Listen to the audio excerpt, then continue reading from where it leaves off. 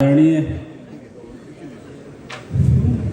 Minister professor SP Singh Baghel ji, मेरे भाई श्री संजीव जैन, राजवीर जी, सज्जन सिंह यादव जी, और आज की शाम जिनकी सबसे ज़्यादा चर्चा हुई सौरभ तिवारी जी। इतना सुंदर गीत आपने लिखा है। आज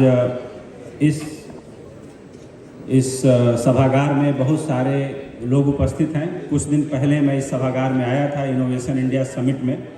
तो आज की जो शाम है, मैं बहुत ज़्यादा समय आप लोगों का नहीं लूँगा और उम्मीद करता हूँ कि 2 से 3 मिनट आप शांति रखें।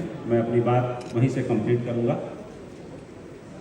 होता यह है कि जब हम पुरस्कार पाते हैं, जब हम प्रसिद्धि पाते हैं, जब हमारी किसी मन से चर्चा होती है, तो ऐसे वक्त में आम इंसान का खुश होना लाजमी है, उसके चाहने वालों का भी खुश होना लाजमी है। लेकिन मैं आज उनके बारे में बोलूँगा जो लोग पुरस्कार कभी जीवन में नहीं पाते और वो अपने आप को कभी जीता हुआ महसूस नहीं करते, या उनके जीवन में कभी उनकी झोली में जीत नहीं गिरती है।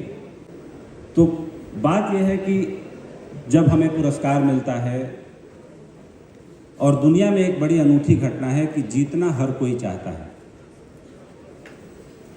और ये मनोविज्ञान है कि जो शक्तिशाली है वही जीतता है, जो सक्षम है वही पाता है। लेकिन बहुत गहरे में जाएं तो बड़ी अनूठी घटना घटती है कि जो जीता हुआ होता है, जो शक्तिशाली होता है, वो भी एक दिन हार जाता है, और जो हारा हुआ होता है वो तो हारता ही है।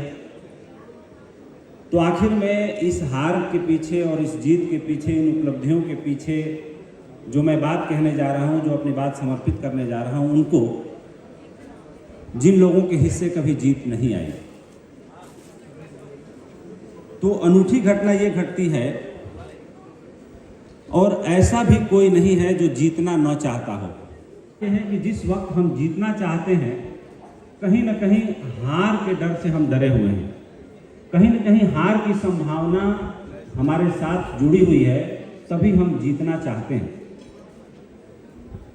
इस सदी का सबसे बड़ा विचारक एडगर हुआ। एडगर ने बड़े जीत और हार के बारे में, उपलब्धियों के बारे में बड़ी अनूठी बातें कही।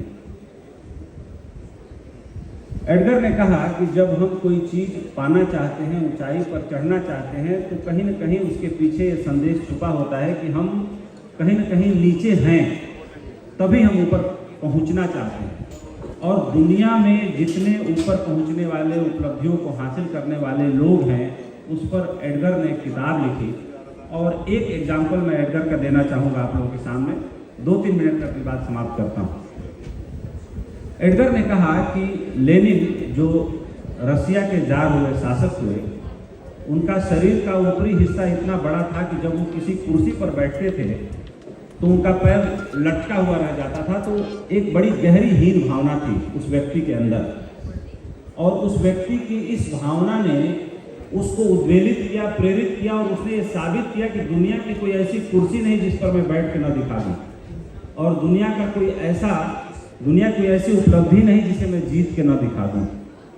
लेनिन के बारे में जो लोग भी थोड़ा बहुत इतिहास, मॉडर्न हिस्ट्री जानते हैं, वो समझते हैं।